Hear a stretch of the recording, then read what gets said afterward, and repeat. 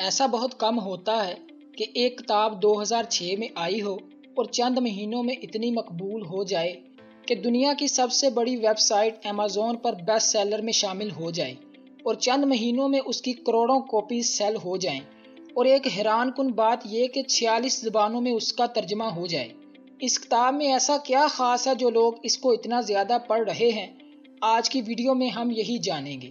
اصل میں یہ کتاب ایک راز کو فاش کرتی ہے، اور یہ راز ایسا راز ہے کہ دنیا میں جو بھی لوگ آج تک بہت زیادہ صحت مند، امیر اور خوش ہوئے ہیں وہ اس راز کی وجہ سے ہوئے ہیں، چاہے وہ اسے جانتے تھے یا نہیں۔ اس کتاب کی آتھر ایک خاتون ہے جس کا نام رونڈا بائرن ہے۔ اس نے اس حقیقت سے پردہ ہٹانے کے لیے ایک مووی بھی بنائی جس میں ان لوگوں نے اپنی زندگی میں اس راز کو اپلائی کیا اور اس نے ان کی زندگی کو بدل کر رکھ دیا۔ اس مووی کا نام دا سیکرٹ ہے اور یہ مووی اس کتاب کو مد نظر رکھ کر بنائی گئی ہے۔ تو آئیے شروع کرتے ہیں۔ کیا آپ کے حالات روز بروز خراب ہو رہے ہیں؟ کیا آپ بہت کوشش کرنے کے بعد بھی ناکام محسوس کرتے ہیں؟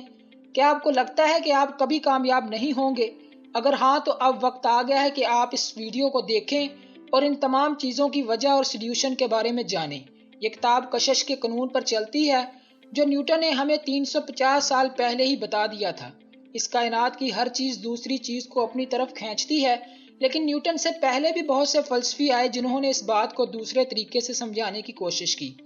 یہ لا آف اٹریکشن کے اصول پر کام کرتی ہے اور اس قانون کے مطابق ہم جس طرح کی سوچ رکھتے ہیں ویسے ہی بن جاتے ہیں۔ ہم اس قسم کے حالات اور چیزوں کو اپنی طرف کھینچ رہے ہوتے ہیں۔ مثال کے طور پر اگر ہم ہر وقت نفرت، غصہ اور نیگیٹو سوچتے رہیں گے تو پھر ایسی ہی چیزیں ہماری طرف اٹریکٹ ہوں گی اور ان حالات کو پیدا کرے گی۔ دوسری طرف اگر ہم محبت اور پازیٹیوٹی سے بھرے ہیں تو ہمیں محبت کرنے والے لوگ ہی ملیں گے اور ہماری زندگی میں خوشی ہی خوشی ہوگی۔ ہم اس دنیا کو جو دیتے ہیں یہ بدلے میں ہمیں وہی دیتی ہے۔ غریب پہلے سے ہی غریب ہوتا ہے، اس لیے وہ غربت کو اپنی طرف کھینچتا ہے اور وقت گزرنے کے ساتھ ساتھ غریب تر ہوتا جاتا ہے، جبکہ امیر شخص چونکہ امیر ہوتا ہے تو وہ اپنی طرف دولت کو کھینچ رہا ہوتا ہے۔ یعنی اگر آپ بہت زیادہ منفی سوچتے ہیں تو ظاہر ہے کہ آپ کے ساتھ کچھ بھی اچھا نہیں ہوگا، اور اگر آپ چاہتے ہیں کہ آپ کو اچھے لوگ ملیں، زندگی آسان ہو جائے اور مشکلات دور ہو جائیں تو اچھا یعنی پازیٹیو سوچیں۔ اصل میں لا آف اٹریکشن لفظ نہیں کو تسلیم ہی نہیں کرتا۔ ہر شخص یہ سوچتا ہے کہ میں ناکام نہیں ہونا چاہتا، میں قرض نہیں لینا چاہتا، میں ذلیل نہیں ہونا چاہتا، لیکن پھر بھی اس کے ساتھ وہی ہوتا ہے جو وہ نہیں چاہتا۔ اس کی وجہ یہ ہے کہ لا آف اٹریکشن لفظ نہیں کو تسلیم ہی نہیں کرتا۔ اگر آپ یہ کہہ رہے ہیں کہ میں ناکام نہیں ہونا چاہتا تو لا آف اٹریکشن کے مطابق آپ یہ کہہ رہے ہیں کہ میں ناکام ہونا چاہتا ہوں۔ مختصر یہ کہ جو آپ چاہتے ہیں وہی سوچیں۔ جیسے میں جلدی اٹھنا چاہتا ہوں، اور جو نہیں چاہتے وہ آپ کبھی نہ سوچیں۔ مثلا میں لیٹ نہیں اٹھنا چاہتا۔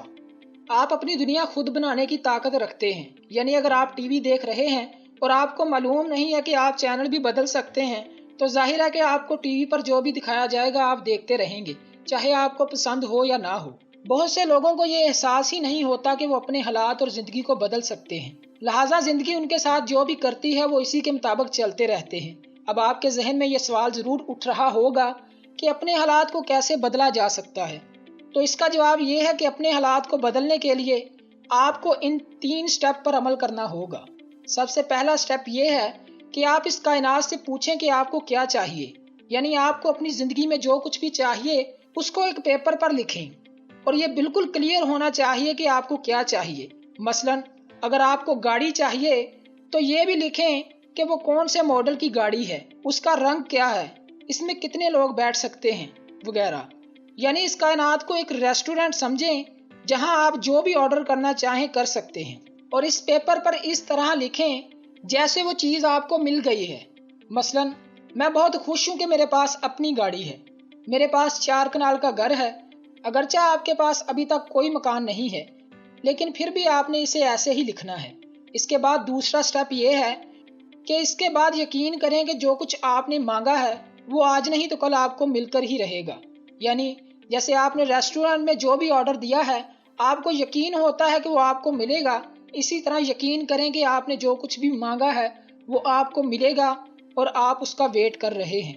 اپنے اندر سے خود اعتمادی کو نکال کر کائنات کو یہ پیغام دیں کہ آپ ابھی تک اس چیز کے منتظر ہیں۔ اس کے بعد آپ اپنا آرڈر وصول کرنے کے لیے تیار ہو جائیں۔